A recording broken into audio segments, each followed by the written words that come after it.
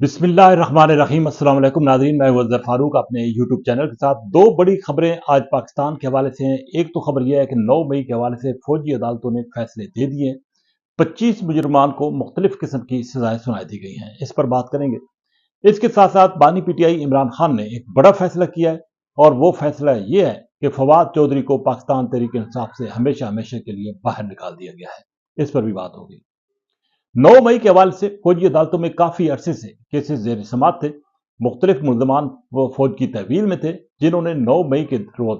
न सिर्फ GHQ बल्कि दीगर फौजी तनसीबात पर हमले किए, शहदा की जो शहदा की जो यादगारें हैं उनको मसमार किया था, और बहुत सारी वायलेशन की थी, जिसकी वजह से उनके खिलाफ केसेस चल रहे थे।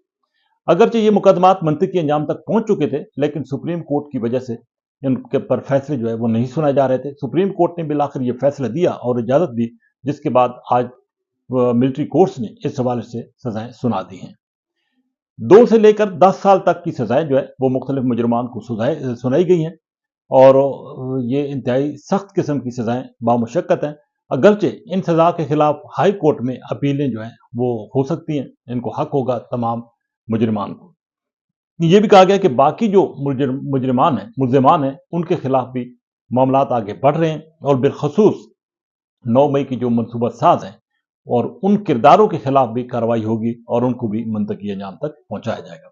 पाकिस्तान तहरीक इंसाफ ने इन सजाओं को मुस्तरद किया है और वाज़ेह किया है कि फौजी अदालतों में सिर्फ फौजियों के केसेस जो हैं वो चलने चाहिए, मुकदमात चलने चाहिए, जबकि सिविलियन के मुकदमात सिविलियन अदालतों में चलने चाहिए। बहरहाल ये एक बात बिल्कुल वाज़ेह है कि पाक फौज ने इस हवाले से एक सख्त रद्दअमल दिया था 9 मई के बाद, और बार बार फौज की तरफ से ये वाज़ेह किया गया कि जो भी इसमें मुलजिम हैं उनके खिलाफ सख्त तादीबी कार्रवाई की जाएगी, और अब उसका आगाज बाज़ाब्ता तौर पर कर दिया गया है। दूसरी खबर यह है कि पाकिस्तान तहरीक इंसाफ के बानी चेयरमैन इमरान खान ने एक मरतबा फिर खबरदार किया है कि सिविल नाफरमानी की तहरीक शुरू की जाएगी।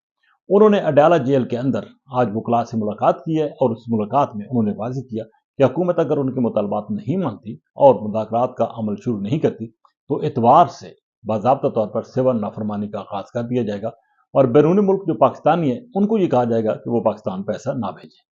साथ ही साथ उन्होंने ये भी कहा है कि अगर ये मुतालबात मान लिए गए पाकिस्तान तहरीक इंसाफ के, तो ये वो अपना मुतालबा अपना फैसला वापस ले लेंगे। दूसरा जो उन्होंने बड़ा फैसला किया है, फवाद चौधरी जो कि पाकिस्तान तहरीक इंसाफ का एक अहम तरीन रुकन थे, और पाकिस्तान तहरीक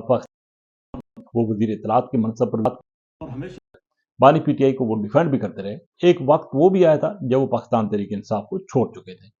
लेकिन बाद में उन्होंने फिर कोशिश की और राब्ते बहाल करने की कोशिश की बानी पीटीआई के साथ। जेल के अंदर उनकी मुलाकातें भी होती रहीं, और उनकी कोशिश पूरी यही रही कि वो पाकिस्तान तहरीक इंसाफ में वापस आए, पाकिस्तान तहरीक इंसाफ का हिस्सा बने।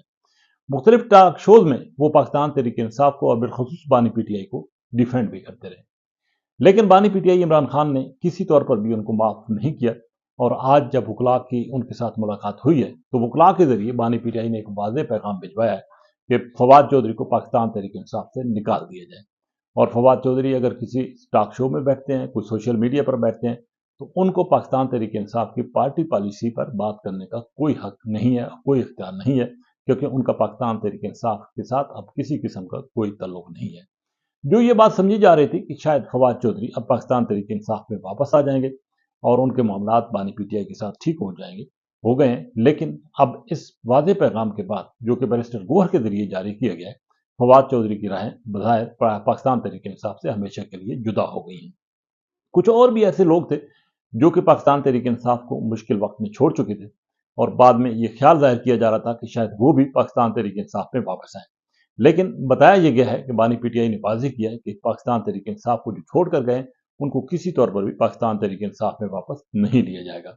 फवाद चौधरी के बारे में ये भी खबरें हैं कि वो शायद जो इल्ज़ाम उन पर आयद किया जाता है पाकिस्तान तहरीक इंसाफ की तरफ से कि वो पार्टी के अंदर रहकर मुखबरी का किरदार अदा करते थे, और शायद यही वो मुखबरी थी जिसका बानी पीटीआई को इल्म हुआ, और पाकिस्तान तहरीक इंसाफ के बानी चेयरमैन इमरान खान ने वाज़ेह तौर पर कहा है कि फवाद चौधरी को किसी तौर पर भी वापस ना लिया जाए,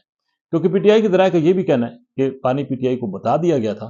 कि फवाद चौधरी जो इधर बात करते हैं वो बाहर कहीं और भी करते हैं, जिसकी वजह से फवाद चौधरी के लिए हमेशा हमेशा के लिए अब पाकिस्तान तहरीक इंसाफ के दरवाजे बंद कर दिए गए हैं। और जैसे कि पहले मैंने कहा कि कुछ और लोग भी हैं जिनके हवाले से अभी फैसला आना है, لیکن اس وقت پاکستان تحریک انصاف کی مشکل یہ ہے کہ ایک بڑے فیصلے فوجی عدالتوں کی طرف سے آنا شروع ہو چکے ہیں.